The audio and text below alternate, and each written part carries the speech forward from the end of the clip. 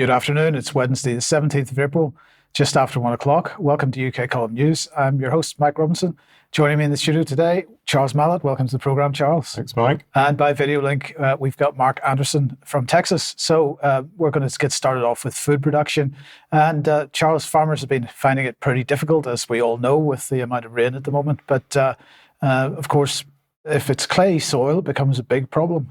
It absolutely does. And I think now the situation is such that with any soil, really, it's a problem. And this is something that's been happening for months now. October really was the beginning of very wet weather, which the government should have seen coming. So the question that presents itself is the government, and in particular Defra, leading us towards food shortages? We have news that a fund, we'll go back to the first slide, reported by the NFU here that a farming recovery fund, Defra, lifts the 150 metre eligibility rule. That's their typo, not ours. Now, what this means is that in an attempt to support farmers who have been affected by flooding, Defra produced a scheme quite extraordinary in its premise, in that if you were further away than 150 metres from a watercourse, you were ineligible, despite the fact that you might still be flooded in exactly the same way.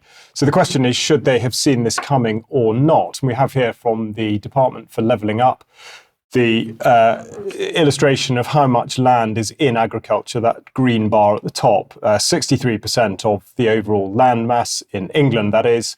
And further, they go on to talk about flooding and exactly how much of the UK's farmland is subject to flooding, being in National Flood Zone 3. 71% or thereabouts. So it seems perfectly extraordinary that Defra would not have had a plan in place. Now, we've talked a lot about the environmental land management schemes going back to January of this year, the announcement, and then the recent counter-announcement that actually it was not going to be possible to fund what was set out originally. So we'll just have a quick look at what is available in the SFI, which was the one that's been scaled back to only 25% of a holding. And to highlight the extraordinary efforts the government are going to pressure farmers into taking land out of food production, I've just pulled up an example here of hedgerows, which are, of course, critical for wildlife of all sorts. And the funding here is up to £3 per 100 metres or £10 per 100 metres to manage those hedgerows. And that's set against taking arable and horticultural land out of production, which has, for flower mixes and bird food, up to £732 per hectare. So it's an extraordinary disparity when, of course, hedgerows, according to the the push for nature recovery, would be an ideal target, and yet that's something that the government have missed. So the next thing to look at is the apparent sap by the government to put forward a statutory instrument about hedgerow regulations. Now, this might not be something that you consider to be particularly important, but the reason I draw your attention to it is because they're trying to make it look like they're producing tough regulations to ensure that nature is indeed protected. But of course, they say that these things may not happen except in the circumstances described. And of course, we then see, as usual, in case, or rather to enable the treatment of serious cause of harm to plant health or a serious infestation of any pest or weed. Well, considering the biosecurity environment at the moment, it's not hard to see how that might come to pass. And also the catch-all here we've got for the purposes of enhancing the environment or improving public or agricultural access. So really the idea that hedgerows are to be improved and to become a constituent part of the landscape seems to be based on thin air. And of course, we've got this theme again of access to the public and this idea of natural capital, and indeed that possibly becoming a chargeable item. So what I'll do is just close up now with a look at where we are on the latest from the Agricultural and Horticultural Development Board, who have an updated report on wheat in particular, talking about the wheat crop looking poor and indeed the imports having gone up. So this is on the prices from the European Commission, forecasting that the prices will go up. The production's fallen and planting continues to be disrupted by heavy rain in top producing regions.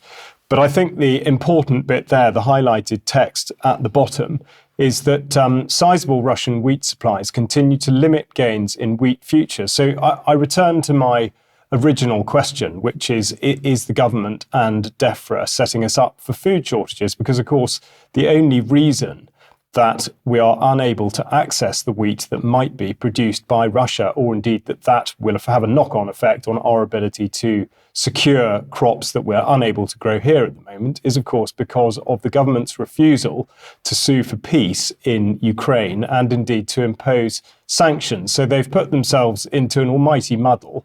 And of course, the taxpayer, you, are footing the bill to try and dig back out of this hole, as well as faced with the prospect of enormous increases in price and indeed a scarcity of food in the not too distant future.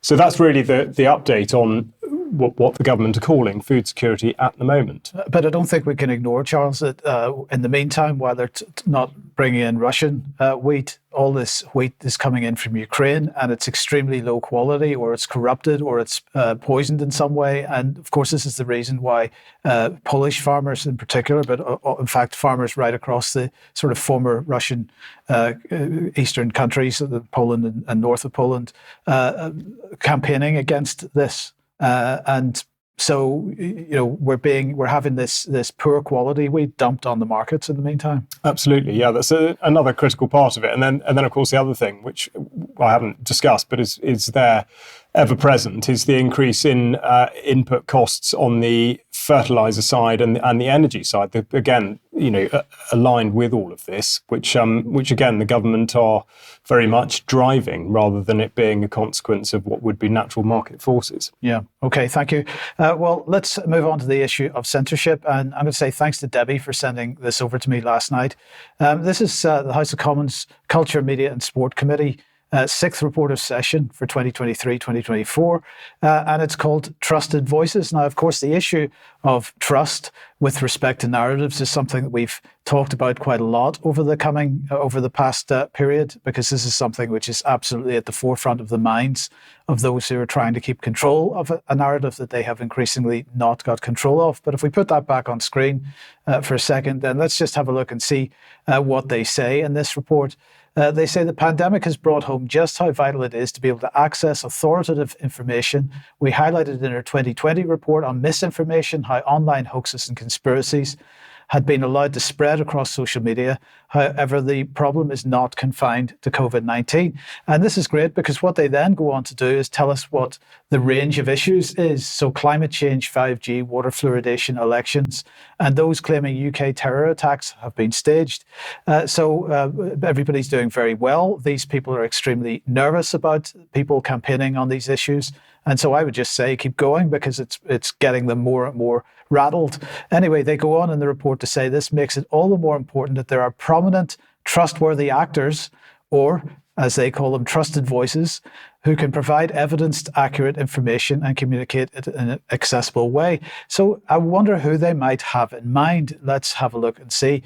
Given the government's role as a trusted voice during the pandemic, did you find the government to be a trusted voice during the pandemic? I should have prefaced this, by the way, as saying that this particular segment is going to be a comedy segment, so keep this in mind. But do you view the government as a trusted voice during the pandemic, Charles? Not the word that springs to mind immediately, but I suppose trusted to be making it up from start to finish. Yes. Okay. So if we put that back. As a trusted voice during the pandemic, we were concerned to hear about the shortcomings of its communications, with limitations with both the information transmitted and the methods by which it was done. We believe that the government could do more to utilise the vast number of experts it employs, building on the critical role played by the Chief Medical Officer and the Chief Scientific Officer during the pandemic to engage public issues of national concern. So, as I say, this is a comedy show, And of course, the Chuckle brothers there, the chief medical officer and the chief scientific officer, lost the trust, shall we say, of the public very quickly because of their sheer incompetence. But anyway, we move on. During our inquiry, we received 53 pieces of written evidence. We held 6 oral evidence sessions where we heard from the founder of Money Saving Expert, Martin Lewis, the BBC's disinformation and social media correspondent, Mariana Spring, academics, fact-checkers from Full Fact and Channel 4 News. Now, of course, Channel 4 News is the organisation that ran the pro-white helmets campaign in the UK. At least they took the lead on it. So I'm not sure I would consider them a trusted voice. Then others included the national newspapers, Sense About Science, the Science Media Centre, the national academies, come on to that in a second, civil servants, and the Parliamentary Undersecretary of State at the Department of Science, Innovation and Technology, Paul Scully, MP, and we'll come on to him in a second as well. Trust is fundamental, they say, to a well-functioning society. The extent to which people trust a person or an institution influences their opinions and their behaviour, and this is key. And they say that Alison Phillips, editor of the Daily Mirror, told them that she thought the trustworthiness of the established news organisations, the comedy continues, had increased hugely compared to the mid-1980s, with content being far more informative, responsible and well thought through. And what we've got to say about this is, right the way through this, a complete lack of self-awareness, a complete lack of understanding of what people actually thought about the way that the pandemic was promoted in the mainstream press, about the fact that the game was up as soon as the Spy B documentation went out and people began to understand that the mainstream press had been used in order to push a narrative which would increase fear in the general public and to encourage behaviour change, to get people to do what the trusted government wanted them to do. It's quite incredible that they had the gall to publish this in the way that they have, but let's go on with it. We heard from both independent and media organisation fact-checkers during our inquiry and sought to understand how they can achieve and maintain a reputation as a trusted voice. Rebecca Skippage, disinformation editor, the editor of the disinformation that the BBC puts out, I would argue, but anyway, at the BBC, told us its fact-checking was underpinned by the BBC's twin pillars of impartiality and accuracy. It never ends. It's brilliant.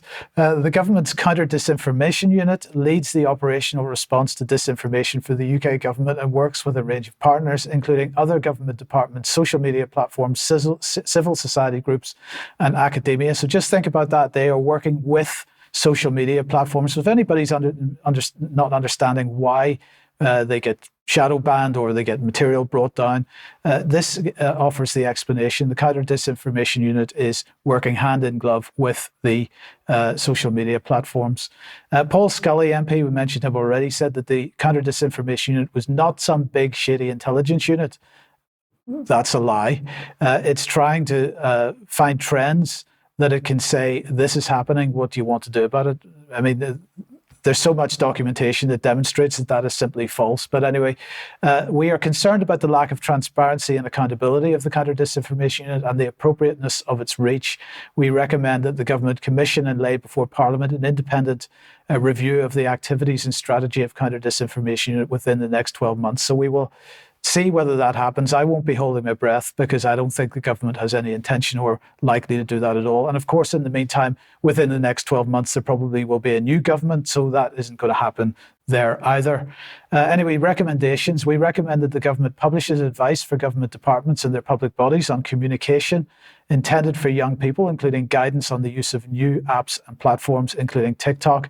And it was a theme through this document that young people were extremely important, and the idea of capturing young minds was absolutely key. The Government Communications Service should conduct and publish an evaluation of the effectiveness of government communications during the pandemic by the end of 2024, ensuring that this takes into account the views of the public and frontline organisations, such as those working with patients and carers. And the government should allow and encourage its scientists to respond directly to the media to counter misinformation. Okay. As part of the renewed focus on assessing the national academies, the government should review what role the national academies should play in the public information landscape and work with them to publish objectives and benchmarks to deliver on that role. And of course, what are we talking about here? We're talking about the Academy of Medical Sciences, the British Academy, the Royal Academy of Engineering, and the Royal Society. Those are the main four. Well, those are the four national academies. There are also academies for Scotland and Wales, but those are the four national ones. But in the meantime, then, of course, yesterday in Brussels, the NATC conference was taking place, the National Conservative Conference, and Suella Braverman heading that up. And, well, it was censored, or was it censored? But they certainly were making lots of noise about it being censored because the Belgian authorities, at the auspices of the Mayor of Brussels, decided to basically throw up a cordon and on the basis of public safety and so on. But this was the list of speakers: Suella Braverman leading it, Nigel Farage, Mateusz Morawiecki. Yes, I don't think we need to say very much. Viktor Orban was supposed to be speaking as well, and all of the other names that you'd see on screen. And as I say, the police decided that they would put up a cordon outside the place. But I just wanted to end this segment with a little bit of video from Suella Braverman, and we'll have a laugh about this at the end. I'm here with like-minded Democrats, democratically elected politicians, leaders and experts in their fields, and we are here talking about the issues that matter to the British people, but also many citizens around Europe: securing our borders, making our communities safer, and how to protect our countries. And it's a real shame that the thought police, instructed by the Mayor of Brussels, saw fit to try and undermine and denigrate what is free speech and free debate. I remember the words of Mrs. Thatcher, and I'm going to misquote her, but the more ridiculous and far-fetched and extremist their attempts are to silence us, the more cheered on I am, because it just shows that they've lost the political argument.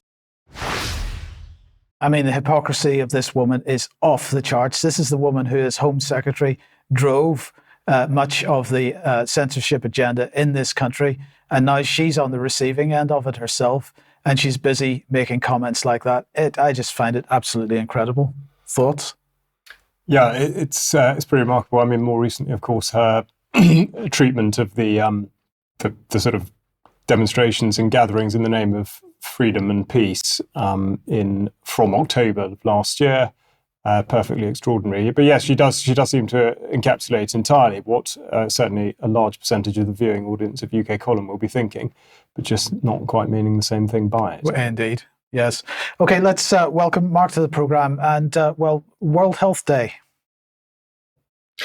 Yes, on April 9, good day, gentlemen, I covered virtually in real time the Chicago Council on Global Affairs program, World Health Day, Migration, Climate Change, and Global Health.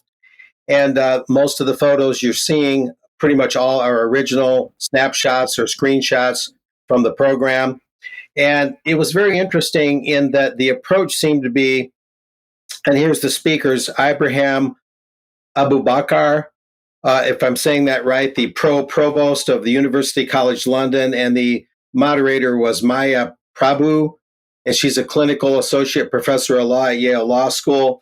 It was an interesting, if not kind of surreal discussion, and it seemed to be weighted toward making climate change more personal, talking about things regarding climate change that would make us care more about the theory of anthropogenic climate change, that being the kind of climate change that's purely caused by mankind's industrial and leisure activities. Nothing to do with the sun and solar cycles and things like that.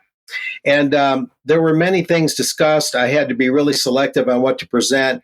Here in this next slide, one of the many things that was rolled out was Middle East Respiratory Syndrome, or MERS, a species of coronavirus. This was cited during the program.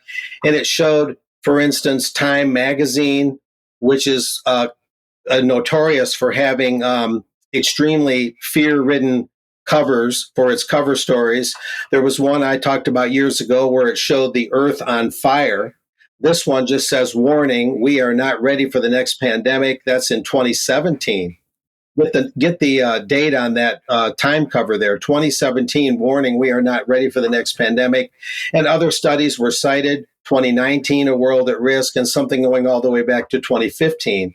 And moving on from there, just to sort of delineate what they rolled out at this program, we had climate migrants. So now the migration program, the border insecurity program, particularly at the southern border in the United States, that's being more strongly attributed to climate change.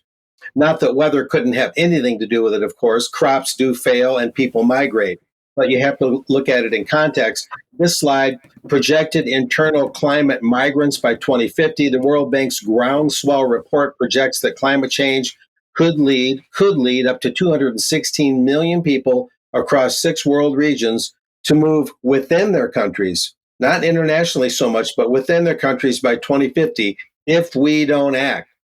And let's move on from there. We can talk a little bit about groundswell. What is it? Well, here's some of the pages from a groundswell report that is about 362 pages in length. So I had to struggle to figure out what to include here, but it shows different regions around the world, the 216 million people. People can look at this in more detail, 40 million in South Asia, and so on and so forth. Going on from there, the slides, of course, will be in the show notes. The next one, taking action on internal climate migration. The number of people forced to move because of climate change could be reduced by as much as 80% if we act now to cut global greenhouse gases and integrate climate migration. Again, the thrust of the program was to make climate change more of a personal issue. Why should you care about it? Otherwise, it's just an abstraction. It's just computer models. So, Mark, of course, the amount of migration would fall by 80% if there were 80% fewer people on the planet. That'd be another way of looking at it. Yeah, that's interesting. Moving on from there, I won't spend a lot of time on each particular slide. Again, I took all these with the screenshots as they did their program. If you've ever tried to take pictures of overhead presentations right at a live program, it never works out. This was much easier doing it virtually. Anyway, it says most migration is labor driven. There's some truth to that. A lot of migration is south-south, 37%, mostly students and some refugees. It says here also that international migrants, they're saying are highly heterogeneous, most very healthy. Now that is highly disputable. At the southern border here in Texas, there were a lot of reports of TB and other communicable diseases coming through with the international migrants, which are coming over, of course, across the border between ports of entry in record numbers. So that's a very debatable claim during this program, April 9 in Chicago. And moving on from there, again, tugging at the heartstrings to get us more interested in climate change, UNICEF, children are being displaced by climate change. Millions of children are being driven from their homes by weather-related events exacerbated by climate change. So in other words, there are weather-related events that aren't necessarily tied to the climate change that they're talking about. So there's a lot of nuance there that you have to keep in mind. And in this next slide, the growing health toll of a changing climate, and this goes to the heart of heat-related labor capacity loss.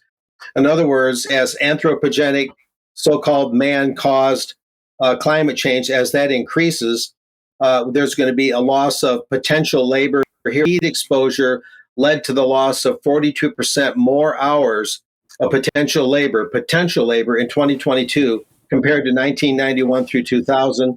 The associated global potential loss of income reached $863 billion in 2022. So that ties climate change into labor loss and unrealized income, things like that. And people can look at these slides in more detail if they want to understand them to the nth degree. And here we have climate suitability for infectious disease transmission. The main speaker walked everybody through this. Climate change is altering the environmental distribution of food, water, air, and vector-borne infectious diseases, many of which threaten nutrient utilization. In 2022, a record 10% of the global coastline showed conditions suitable for Vibrio transmission. That's a type of bacteria often found in undercooked or uncooked seafood, and putting 1.4 billion people at risk and leading to a record 610,000 estimated vibriosis cases. And this again is just kind of what they walked everyone through. And then they got into their solutions, decrease the carbon footprint, of course, and going on from there, accelerate mitigation and adaptation, prioritizing energy, health, and food system interventions that can offer health co-benefits. And I think we're getting near the end of the slides, and I can comment a little bit on them. Local solutions in Sahel, which is just below the Sahara Desert before you get into the tropical regions of Africa, that sort of in-between zone. Rising temperatures and decreasing rainfall, growing population, policymakers, academic partnership, so on and so forth. And frugal, locally developed adaptation, health system action, income diversification, water harnessing, farming innovation, planting trees, soil conservation. And some of that might do some good. It's not to say that all those actions are bad, but just looking at the context of this. And I'll note, Mike, that I did manage to get one of my questions answered. I've been raising my hand many times at WHO programs I've been covering virtually, and they never call on me. This time they did address one of my questions, and that was, does the speaker subscribe to the One Health view that animals, plants, and humans are to be all judged on the same level and giving the same value? And he said, that's easy to answer. The answer is absolutely yes. So that's how the main speaker summarized his comments, Mike. But the whole program, again, to kind of wind it up, was to give climate change a more human face and a more personable connection so people would care more. And the speaker completely dismissed any idea that anything other than anthropogenic climate change was the cause of so-called climate change. And of course, they trust the computer models completely. It's all a matter of faith, really, with this issue. So there you go. Thanks, Mark. And I would make 2 points about that. First, the idea that heat exposure is causing a massive loss of labour. Well, how do we compare that? What happens when we compare that to the amount of labour that's been lost as a result of the vaccination policy and the number of people that are already in long-term sick, particularly in Western nations at the moment? And the other question about the distribution of food, bearing in mind what Charles kicked the programme off with today, that's just laughable as well. Okay, let's move on. If you like what the UK column does, you'd like to support us, we have a page you can go to find out how you can support us at support.ukcolumn.org. And all the options are there. If you can possibly help us out, we do need your support, and it is only your support that keeps us going. So that's much appreciated if you can. ukcolumn.org and UK column extracts are the main places to go, but you could share anything that you find on all the various platforms. And please do have a look at the items that are available on the UK column shop. Now, Brian has another episode of Walking the Dog happening on Sunday, 11 a.m. on his YouTube channel. The link to that will be in the show notes on the UK column website. So do listen to that if you possibly can. Tomorrow, we have an interview with Nicola Lund, who was a school teacher and, during lockdown and COVID and so on, ended up moving careers into journalism. And so she's talking about that transition. If you'd like to join us at 1 p.m. for that tomorrow. Another reminder that on Monday next week, Playing God, the documentary from Jackie Devoy, will be premiering on the UK column website at 2 p.m. on Monday, immediately following the UK column news. So join us for that if you possibly can. And then yesterday's interview with Dr. Charles Hoffa is the on-demand version of that will be on the website shortly after the news today. So if you haven't seen that already, please have a look, share it, and if you can possibly help Charles Hoffa's crowdfunder for his legal expenses, that would be great as well. A reminder of the Sounds Beautiful Festival taking place in Wimborne and Dorset, June 27th to 30th. We had the guys on from that on Extra last Wednesday. If you haven't seen that, have a look. But hopefully you can make it there. There is a promo code. for 10% off. And Darren from The Light will be joining us in Extra today to talk about the Stand in the Light Festival taking place in May 24th to 27th. Various UK column people will be at both these events. So if you can possibly come along and say hello, that would be fantastic. Okay, where does that take us then? That takes us to, well, geoengineering. Charles. Yes, indeed. Oh, no, sorry. Before that, Fornethi. Sorry, I do apologise. We have to mention this. Fornethi House Survivors petition is going to be heard in Holyrood, and that's happening today, I believe. And so have a look at this Glasgow Times article for a bit more information on that. But mainly the point here is to say a massive thank you to everybody that helped with their crowdfunder, because on Monday's programme that was sitting at around £200 or £300. It's now £2,500, and I'm just going to say that is a fantastic response, and thank you very much to everybody for that. So finally, let's move on to geoengineering. This follows the increasing steps that this subject is taking into the public domain. I reported on this back in November after the COP28 meeting, where the wider topic of geoengineering was discussed. And before we go into the specific detail, I'd like you to consider the precautionary principle, which, when applied to scientific study, is really the basis by which an activity does or does not go ahead, in that if there's a perceived risk then and an unknown, then the activity does not go ahead. So with that in mind, we will have a look at the University of Washington's Marine Cloud Brightening Programme. You may have heard of this, which would not be their intent, because the news surrounding it has been that they have done this very quietly, but of course it has actually attracted a significant amount of attention. So what we'll do now is we'll just have a look at an American news video reporting on exactly what's happening and why, and then we'll come back into the studio for comment and analysis. That roar is not coming from a snow machine. Instead, the plume you see are tiny aerosol particles. It's the first technology in the country to test ways to brighten clouds in an effort to cool the globe. This system is composed of three main components. In these tanks, Jessica Medrado and a group of scientists from the University of Washington's Marine Cloud Brightening Program are mixing salt and water and using a compression system to test if this machine can distribute the right size particles. They say Alameda provides the perfect cloud conditions over the bay. If you make the particles that are too small, they are not going to create the effect that you want in this marine cloud. If you make them too big, they will actually create or induce rainy cloud. The goal? To mimic the effects of pollution in a cleaner way, using salt water to brighten clouds, which they hope will then reflect more sunlight back into space to help cool the Earth. Still in the early phases, Program Director Sarah Doherty says right now they need to figure out if it's even possible and how much impact it could have. To understand, so with something like marine cloud brightening, you're not going to just reverse global warming. So it's really important how it plays out in the climate system will depend on where you could brighten clouds and how much. Cal State East Bay professor Elena Giventel is excited about the research, but cautions that as Earth continues to heat up, the various ideas for cooling the world are not without controversy.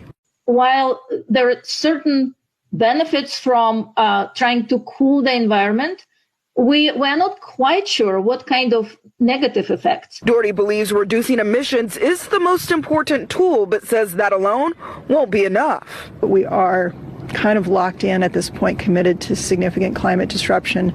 So the question is, are there other things we can do to help reduce suffering and impacts? And this might be one of them. The group of researchers plan to be here throughout the summer. They also hope that they can make this an educational experience for those who visit the museum. In Alameda, Valina Jones, NBC Bay Area News. What does she mean by committed to significant climate disruption? Well, exactly. One of a number of questions that falls out of that, and I would defy anybody to watch it and consider that what they're doing seems in any way sensible. But this follows Mark's segment neatly in that this is predicated on the belief that the vast majority of people will view such a thing as entirely necessary because of the supposition that anthropogenic climate change is actually a thing. And so we're going to look, rather than go back and analyse the specific video, although I would encourage you to watch it again and share it widely because of the number of questions that it leaves begging. But we're going to look at what the University of Washington says about what it is doing and why. So they're calling this marine cloud brightening. And as you heard, it has the it reduces climate warming by intentionally increasing the reflection of sunlight from marine clouds. So this is the theory. So in effect, to mimic pollution, which sounds completely extraordinary and is completely extraordinary. An overarching goal of the research is to provide open, objective, scientific information to address near-term climate risk. So we're sowing the seeds of panic, but it's the open and objective claim that we want to come back to.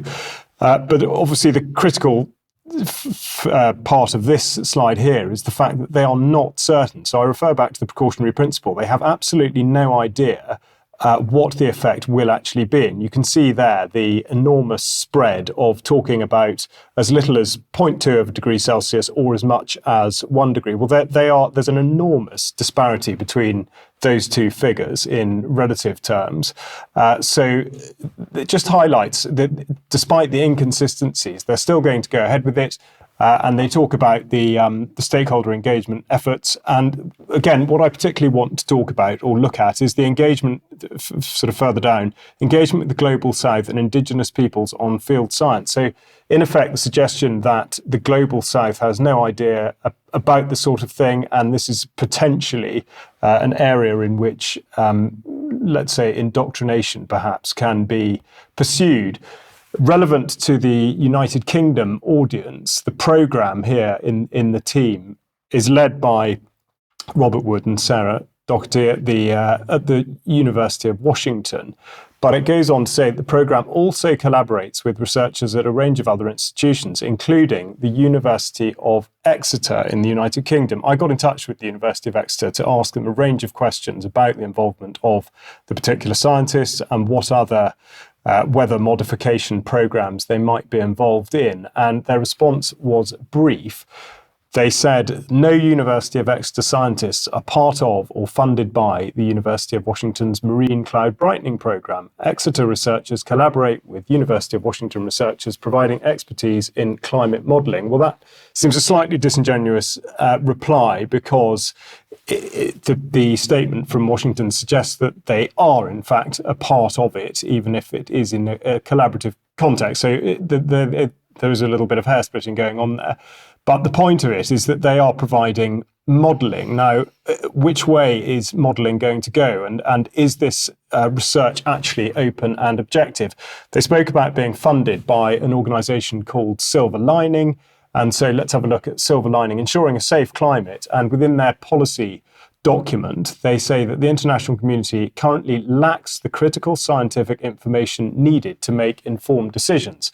So you could interpret that as saying that that's why such research needs to go ahead in order to find out this information, or more realistically, perhaps, you could suggest that that means that this research should not be going ahead. And again, with reference back to the precautionary principle, again, another reference to the Global South, suggesting that the lack of access to research and funding means that they need to be brought into this for the purposes of equity, of course. Now, this is a topic that has sort of enthused organisations across the board. University of Cambridge, this is looking back to last year when they went to COP28, and they expressly state that these are just ideas. There are various ideas for refreezing the Arctic, including marine cloud brightening, stratospheric aerosol injection, and even pumping of seawater onto the top of sea ice. So we'll come back to that because that is absolutely relevant to what's going on now. The Royal Society have been talking about this since 2009, but they had a bilateral workshop with Norway last year. And in that, they talked about the research, the sort of status of research at the moment. And they really just give a good idea of the enormous numbers of bodies that are researching exactly this. So again, we've got the marine cloud brightening and stratospheric aerosol injection. But the important thing is that a common argument against this is that research itself will increase the likelihood of implementation, but in fact research will often rather reveal new undesirable side effects associated with implementation of solar radiation management, and thus could equally well provide discouragement for it. So the same could be said to apply to marine cloud brightening. And again, they go on with the reference to the international law, and they talk about the potential to reduce the rate of warming and all this sort of thing. But there are therefore concerns that solar geoengineering could produce regional shifts in hydrological conditions that would be greater or more harmful than those expected under climate change. So with all this in mind, how on earth has it been permitted to have gone ahead, apparently without any consent or consultation of the residents around the Alameda Bay area where the USS Hornet is at anchor? So finally, just to highlight the sort of absurdity of the situation, I just want to look at the British Antarctic Survey from September 2023, where they state that clouds formed with sea salt contribute to Arctic warming. Now, I'm not comparing like for like here, because obviously we're in a much colder area, but nonetheless, the fact that in the British Antarctic Survey have been doing more or less the same thing, and they say the high concentration of sea salt aerosols has been shown to increase cloud droplet concentration and the amount of solar radiation reflected back towards the Earth. So in effect, the British Antarctic Survey here concluding that what they're doing in the United States at the minute has had the exact opposite effect. Okay, let's move on to warfare. And well, you spoke about Dragonfire some weeks ago, Charles. You introduced it to our audience. And of course, this is the missile defense system, which is basically a directed energy weapon. Dragonfire, they have announced, is now going to be installed on multiple Royal Naval warships from 2027. Now, they're very excited about this because they're saying this is as the result of a reformed procurement system, which means that they could get it onto these warships a lot faster than otherwise. So we have a little bit of video which features the wonderful Grant Shapps. So let's just have a look at that. That roar is not... That's the wrong one, Stephanie. Grant Shapps. Yeah, that's it. This is Dragonfire, the UK's first laser weapon. Able to shoot down drones and missiles with incredible accuracy, it could revolutionise how we fight wars.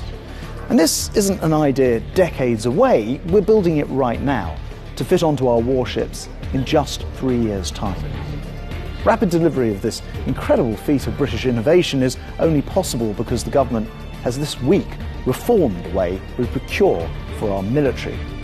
So we'll be faster in getting our weapons into the hands of our soldiers, sailors and aviators years ahead of schedule. And through these reforms, we'll build more lethal British armed forces to defend the United Kingdom from threats at home and abroad. Did that inspire you? Probably not the way that you would have intended. No.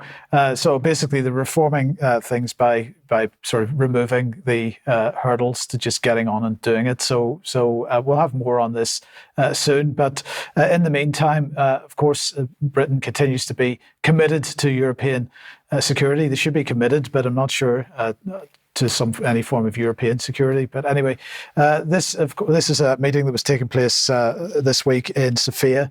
And of course, a more effort to get stuff over to Ukraine, and UK very happy to have reminded everybody this week, because these two minesweepers, which used to be part of the Royal Navy, I mean, the Royal Navy doesn't really have any ships left, but we're now giving them away to Ukraine. Well, why? Because the Ukraine is the dumping ground for everything. So it doesn't matter whether it's a car that can no longer be driven in London because of ULEZ, or a minesweeper that is probably too expensive to scrap. So we just send it off to them instead. It's a great deal. But in the meantime, the BBC is very keen to tell us that Russia has now had 50,000 people killed in the course of the conflict. This is confirmed as far as the BBC is concerned. What amuses me about this, it's not amusing that anybody has died, but I'm talking about the BBC's coverage of this whole situation. They refuse to confirm any kind of statistics on Ukrainian dead because there might be an extra zero on the end of that number. in that case. But the BBC totally silent on the issue of Ukrainian dead. They're happy to publish graphs and stuff like this to try to tell us how bad Russia is doing, but no comment on Ukraine. So what is the latest on Ukraine? Well, indeed, although I'm minded of accuracy and impartiality when looking at those graphs, which of course is disturbing. But yes, the latest is that Ukraine, having been somewhat relegated to the back seat now that Iran has come into the fore, Zelensky nonetheless is still banging the drum for engagement with other countries, the United Kingdom in particular, but also others. And he's announced on his website, President of Ukraine, that he's requesting a meeting of Ukraine NATO Council, and he's making an address. So this, of course, relates back to the speech that David Cameron made that we reported on last week.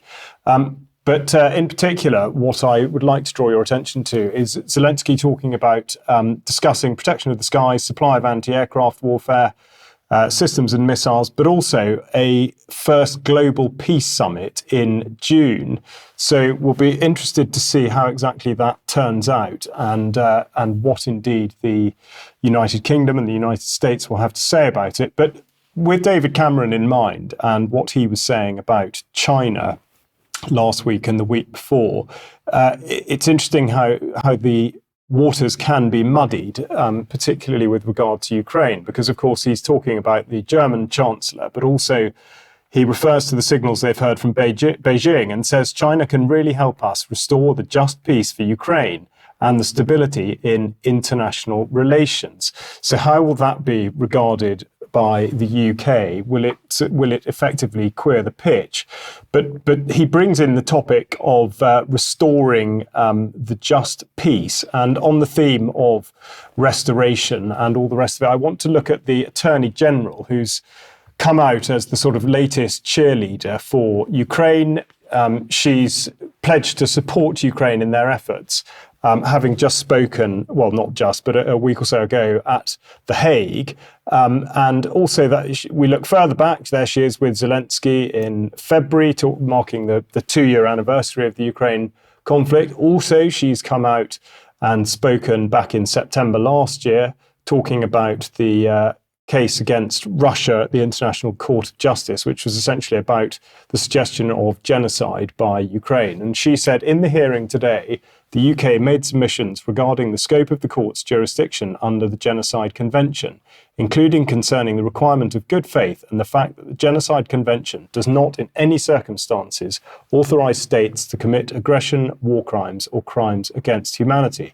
Of course, there's a deafening silence where Israel and Gaza are concerned from the Attorney General. So really just an identification of the hypocrisy, but also the partisanship there when it concerns Ukraine. But on the theme of restoration and reconstruction, it's now becoming a sort of hotter topic. It started up last year, but here we've got the European Commission talking about co-hosting an international conference, which is the one I've just referred to that Victoria Prentice spoke at. And then we've got the Council of Europe talking about the register of damage for Ukraine. And of course, this is the important part, because this is where we begin to look at all the enormous amounts of money which are swilling around outside of the defence contributions. And here from the Department of Business and Trade, updated a few weeks ago in March, incentives or initiatives to support UK businesses who are helping to rebuild critical infrastructure in Ukraine, or possibly what one might refer to as profiteering.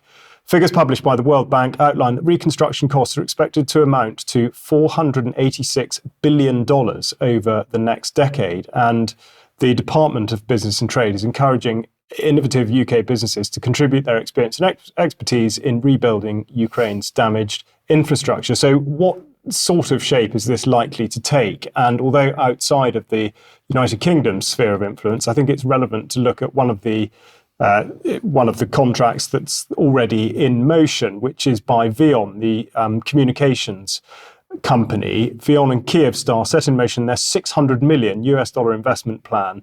And there's Mike Pompeo joining the delegation. So again, plenty of external influence. And of course, just to get a flavour of what VEON are all about. We look back to 2021, where they're rolling out the new industry standard for digital identity validation, in which they say that, or rather their chief executive talking about it being one of the great challenges of our time, and that the world has struggled with the competing forces of want to make the consumer experience more seamless while decreasing the risk of online fraud.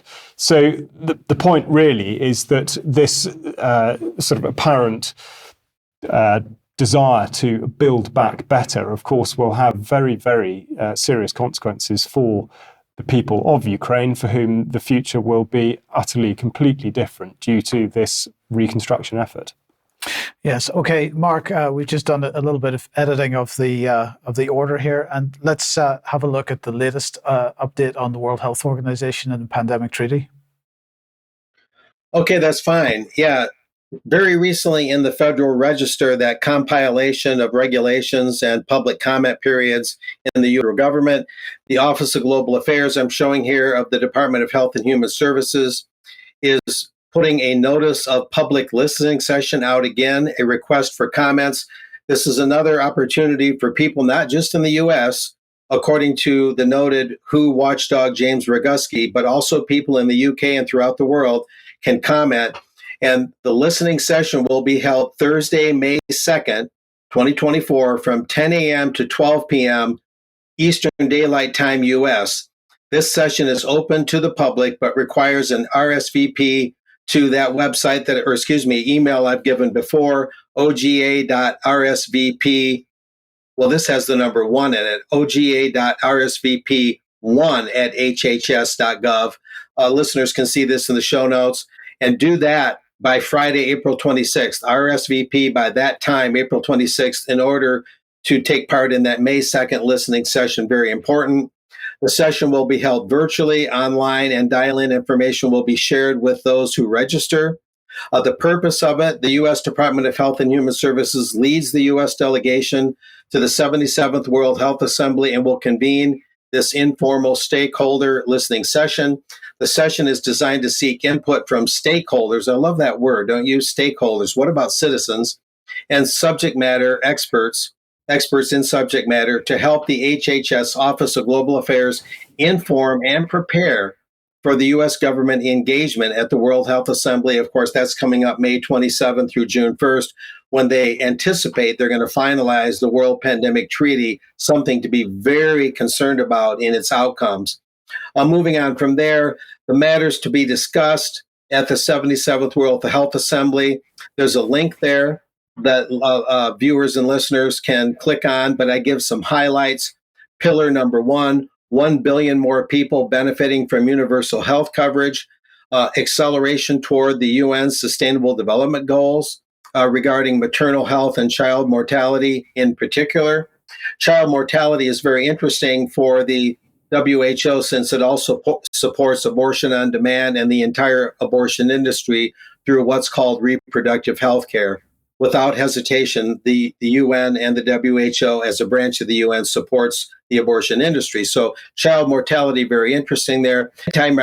Antimicrobial resistance, accelerating national and global responses. Going on from there, pillar number 2, in the next slide, just some highlights. The implementation of the international health regulations that stem back to 2005 and ultimately to 1969. The working group on amendments to the international health regs, that's involved in pillar number 2. The intergovernmental negotiating body to draft and negotiate the WHO Convention, Agreement, or other international instrument on pandemic preparedness and prevention and response. Again, they hesitate to call it a treaty, even though they sometimes do, because that's what it is. And I believe we have pillar number 3, just a couple matters. Well-being and health promotion, but notice the last one, climate change and health. So there, that concept comes up once again. So this is how people can get involved. This is the new time frame. I believe I have another slide or two. This is some information I carried over from my last report. I won't recite much of it except to say that viewers and listeners can access this through the show notes, and you can access the EU Parliament. It has a liaison office in London at 32 Smith Square. The EU Parliament liaison office in Dublin, Ireland is at 12-14 Lower Mount Street. and I give the phone numbers and emails for those that want to contact their members of the European Parliament. Of course, parliament.uk. You can easily scroll down and contact House of Commons and House of Lords members. And in the U.S., it's important to note that the Senate Bill 444 by Senator Ron Johnson of Wisconsin, guys, that piece of legislation, which has been dormant for over a year, and I called Johnson's office yesterday to find out why, and I still not have gotten a response back. I'm still waiting for a response. But that legislation, SB 444, defines the WHO Pact as a treaty to force the U.S. Senate to treat it as such and give their constitutionally required advice and consent on that. So a lot of moving parts here, but this is a critical time. And today is the last day of the current stakeholder session where you can still contact the Office of Global Affairs of HHS. And the one I talked about just a minute ago was the next upcoming one. So this is the tail end of the current one. And now we're going into the upcoming public input session. So a lot to unravel, but very important and timely information, guys. Yeah, and Mark, what is going to happen by the end of May then? Well, they expect to consummate the treaty May 27th through June 1st at the World Health Assembly in Geneva, Switzerland. I was hoping to get Scott Tips there. I'm still kind of working on that. Maybe he could be a liaison for us. But it's hard to say exactly. If you look at James Roguski's research at jamesroguski.substack.com, there's been a lot of delays, and they've broken some of their own rules on giving the member states, Mike, giving the member states enough time to review the regulation amendments, the amendments to the international health regs, and the elements of the pandemic treaty. So they're trying to, they're not giving the member nations enough time to review it. So it is possible, Roguski believes, that they'll botch this and they'll have to delay the finalization of the treaty to another time. But they really want it. They're salivating at this, so they're going to try. Yeah, okay. And I mean, what kind of pressure are congressmen and women coming under about it? Well, it seems like it's too quiet. Like they're not looking at SB 444. Why has that bill been dormant for over a year? When initially Ron Johnson brought it out, he was very enthusiastic. This is a treaty. The Senate's got a big job here. There's a lot going on. And now it's just been quite silent, actually, Mike, as far as I can tell so far. Yeah, I think that's the feeling I get in the UK as well. I think I'd like to see a lot more pressure coming onto MPs at this point. Okay, let's move on then, and police and the question of police discipline. So this is all about sacking rogue officers, and so the government has decided that they, through secondary legislation, the statutory instrument laid before Parliament, to make it easier for chief constables to sack rogue officers during misconduct hearings, is what they're saying. So in other words, chief constables are going to be given the responsibility for chairing the hearings, which will decide on the removal of officers found guilty of police misconduct. Police leaders, in inverted commas, will be held increasingly accountable for their own officers. So what this also means is that police and crime commissioners, who, as we all know, are democratically elected, so that's okay then, are going to have to take a larger role in this process and providing oversight for the decisions that the chief constable makes. The government statement, however, said this: the Home Office has also committed to providing funding to develop an automated and continuous integrity screening system of the police workforce to ensure that officers are continuously vetted throughout their careers. I don't know, Charles, what you think about this. You're a former police officer yourself. What do you think about the disciplinary procedure for police and putting that in the hands of chief constables? Because it seems to me that if the police have been receiving a lot of bad press in the last couple of years because of sexual offences and so on from police officers and the police being perceived as not having dealt with it, then putting a chief constable in charge of the board that makes these decisions gives the police much more scope for cover-up. Yeah, it would seem to, and I think that's exactly the point. Particularly referring to leadership, there's a fault.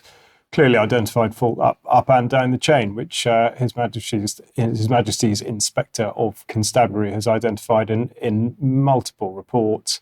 So have others. And to suggest that removing one possible check and balance would help is absolutely ridiculous, as is the suggestion that chief constables until now have in effect had their hands tied behind their backs. They absolutely haven't. And so it is absolutely a mechanism by which an awful lot more could be hidden. But also then in terms of the continual vetting, I mean, that again is a bad precedent, I would say. Well, I would say it's going to end up being attached to AI at the end of the day. Absolutely. And yes. Okay. Well, that's it for today. We'll have to leave it there for now. So I'm going to say thank you very much to everybody that's joined us today. We'll be back in a few minutes for some UK Column News Extra.